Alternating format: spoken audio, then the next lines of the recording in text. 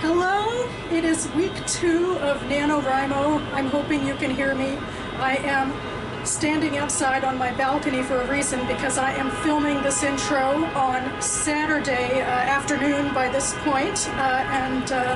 This morning, Joe Biden won the majority of the Electoral College votes, and in parlance of U.S., that means that he's up to become the next president of the United States. So on and off for hours back there's been a lot of honking and cheering. In the far background of this is D.C. I live in Silver Spring, Maryland, which is about a mile or so outside of D.C. So I figured I'd start this video in a high. We did it! Good news all around. It's just such a relief. I mean, like intangible relief after these 4 years where at best we've been a laughingstock and at worst we've been espousing fascism, to be able to get someone decent and back in the White House and a decent administration and hopefully decent people down the board. I know lots of people are talking about, you know, today we celebrate, tomorrow we work. So I thought I'd steal that a little bit for NaNoWriMo. I mean, technically speaking, I'm sure they're talking about, you know, enacting policy that works for all of us, but for me, I can say with this bolster of good news, it's time to go back to work and time to get those 50K. Woohoo! I think that's a great prompt. Can I ask you a question just before we start? Yeah. China and Sandra, when you first go to write a story, how much do you think about what perspective you're going to write it from, or do you kind of have just a go-to perspective that you're generally comfortable with? Oh, definitely. I always start writing third person. Always. Me too. That's why I ask it. Keep going though. I always start writing in third person. Oh, go ahead. Oh, sorry. I was just to say, I tend to write longer works in third person and then shorter works in first person. Same, like my short stories are typically in first person, but like for NaNoWriMo, I always go head first in the third person. And I only write in second person if someone's, you know, holding a shovel above my head, threatening me to. Oh, a shovel, you say? You have a shovel. So you'll write in second person then, China. Was that okay? We got that. I think it's above your head. Would you like to explain that really threatening thing you just did? Well, yeah, we didn't plan to introduce this until later, but this is the traveling shovel of death, very famous in NaNoWriMo lore, and I think China explained it in a webcast where we introduced it earlier this week. So China, what's the traveling shovel of death? So, it is something you use if you ever want to, you know, if you're stuck in a scene and you don't really know what to do. What you can do is my favorite thing, is kill off a character. It can be any character you want. And the traveling shovel of death comes through your novel and helps you kill off your characters. You can either use them to kill off like 3 or 4 people, 1 person, hundreds of people. And just remember that spoons are also tiny shovels, so you can also use a spoon if you want. I have a theory that the traveling shovel of death is responsible for more death on this planet than any other creature or object because of all the NaNoWriMo novels. So yeah, you can even write your perspective from the traveling shovel of death's perspective. Maybe the traveling shovel of death is feeling a lot of guilt at this point. Who knows? I never wanted to be a traveling shovel of death. Yeah. I did want to, we can start in just 1 second. I just wanted to say one thing about that. I'm like China. I for some reason start every story from the third person, or I tend to. And I think this exercise is really great to break those patterns, you know. Like I think we do a lot of things just because I don't know why I start stories from the third person. So it's good to experiment with different points of view. So this will be fun. My mom has postponed the Aunties book club that I'm a part of with her and the aunties of my life for a week because she has yet to start the book, and it means also that I didn't have to spend all of Saturday trying to finish this book, The Inheritance of Loss by Kiran Desai, which I started just a couple days ago and I'm only a little bit into so far. And I guess that means that I have the day to devote to NaNoWriMo. Huzzah!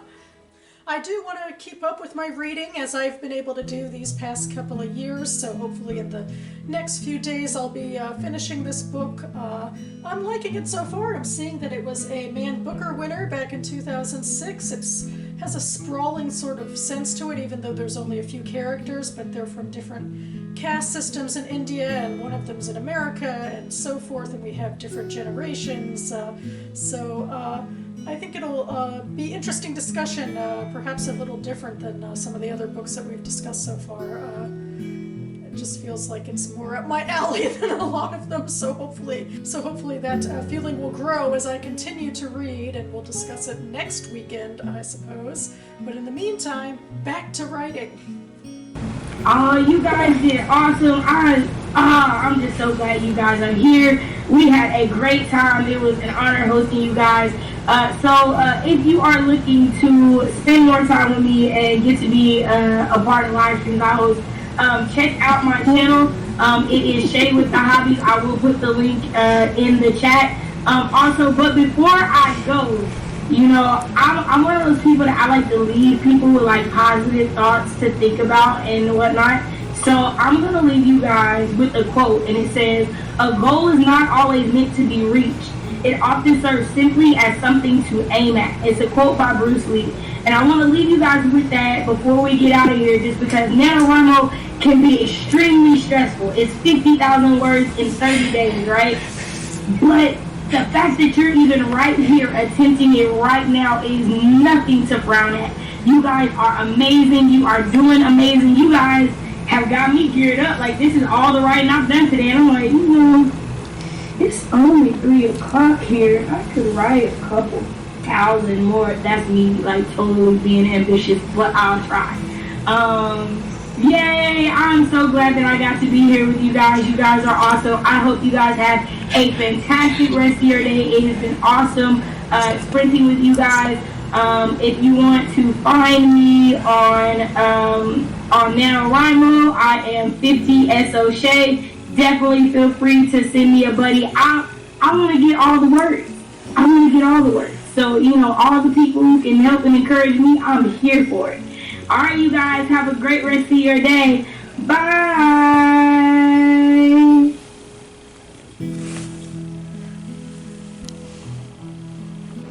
I think I'll step out onto my balcony for a little bit again. It's rare now that I'm, you know, back to work after the furlough that I'm home during the daylight hours. And rarer still in November when the weather is this warm, or not cold anyway, so figure I will give this a go.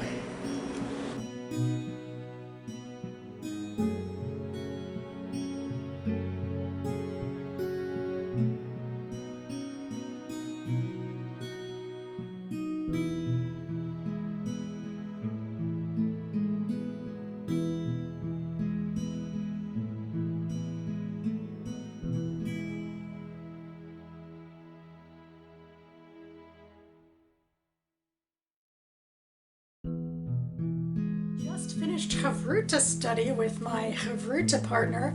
I talked about this a little in my last Nano video. Havruta study is traditional study in Judaism where we look at the texts and analyze them in a group of 2 people to, you know, bounce ideas off of one another, and basically not to be alone in one's thoughts, but to, you know, be expansive and challenging your own perceptions and that sort of thing. It was our first time, and it went okay. You know, we're just sort of testing the waters out. I also was kind of looking at it from the perspective of my Nano novel, because Judaism is sort of a backbone of some of the fantasy world building. I mean, not straight up Judaism, but it's influenced by. Although for right now, the major thing that stood out to me is we were reading biographies of Jewish rabbis who lived, you know, 300 years ago, and I was looking at how their names were constructed, and it's very different from how I'm constructing the names of my characters, and I don't know if I'm going to change things or not. I guess we'll see, but for now I'm going to, you know, check this off the list and get back to writing.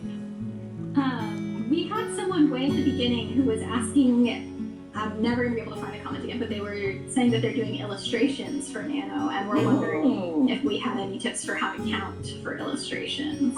Ooh, maybe by time it takes you to Yeah, that could be good. Like, figure out how long it takes you on average to write like 100 words, and then however long it takes you to work on that illustration, add that time times 100 words. Yeah. Another thing you could do is how many illustrations is your goal? Like, what would be equal to 50,000 words for you personally, and then just divide that by 30. Yeah. The prompt was very popular. That's what I'm getting from the comments. Yay!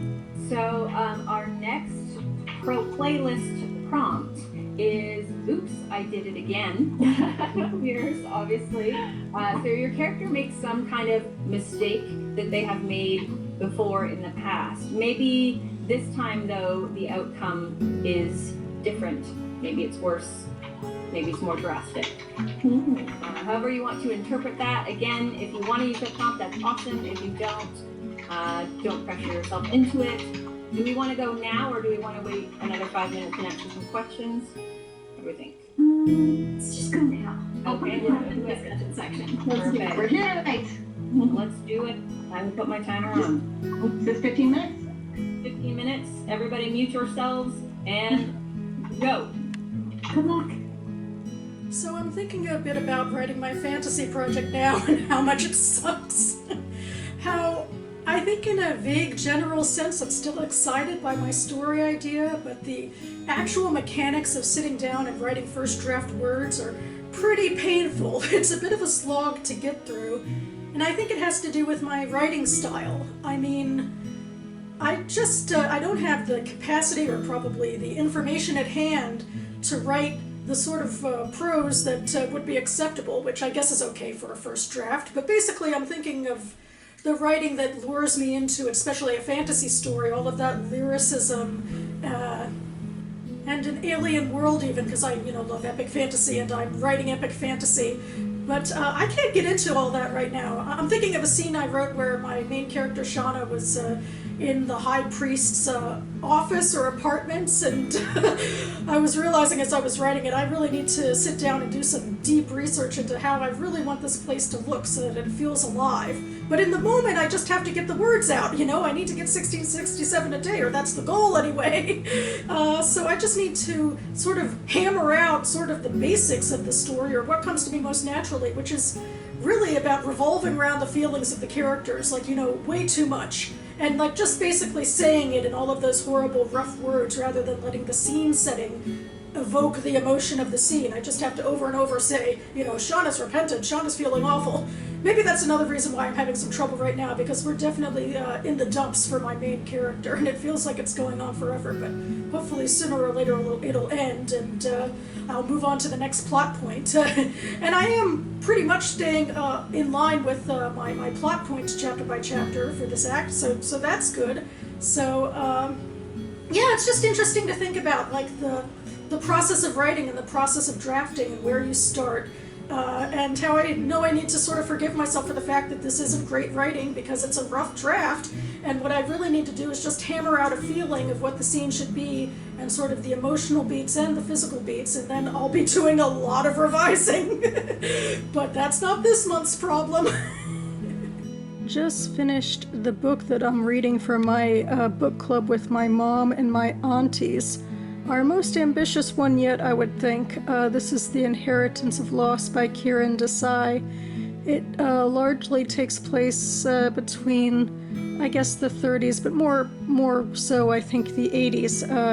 Mostly in India, near the Himalayas, and also a little in America, where we're following a few characters that are associated with this one family. This British-educated judge, and the granddaughter he is begrudgingly taking care of, and also, in a lower class, his cook and the cook's son, who is an illegal immigrant in America.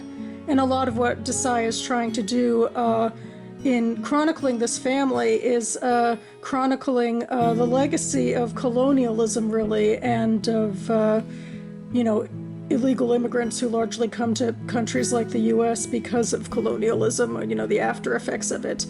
And there's a lot of history in here about what's going on in India at the time, which made me wish that I was reading nonfiction in a way. I think the writing is rather overwhelming. I guess it could be the snobbery a little. I don't know if you could see the Man Booker Prize sticker on here. It's a ambitious project. I'm not sure how it's going to go over at the book club, what we're all going to think of it. But it took a while to get through, so I guess I feel good that I got through it. And I mean, the characters were kind of interesting, but really it sort of got so sweeping sometimes that I lost my way a little bit, because there's so many details of political details that could be overwhelming, but it's ambitious. It's definitely ambitious. And on a final note, I just got in the mail my NaNoWriMo donation goodies, which I usually get at the beginning of the month, but I donated later this month. So anyway, these are the 2020 goodies I thought I'd share. Here's a new sticker for my computer. It's very colorful, I think, and more cartoonish than many, but looks like a castle and a moose and a pink tornado. Well, coming out of a book.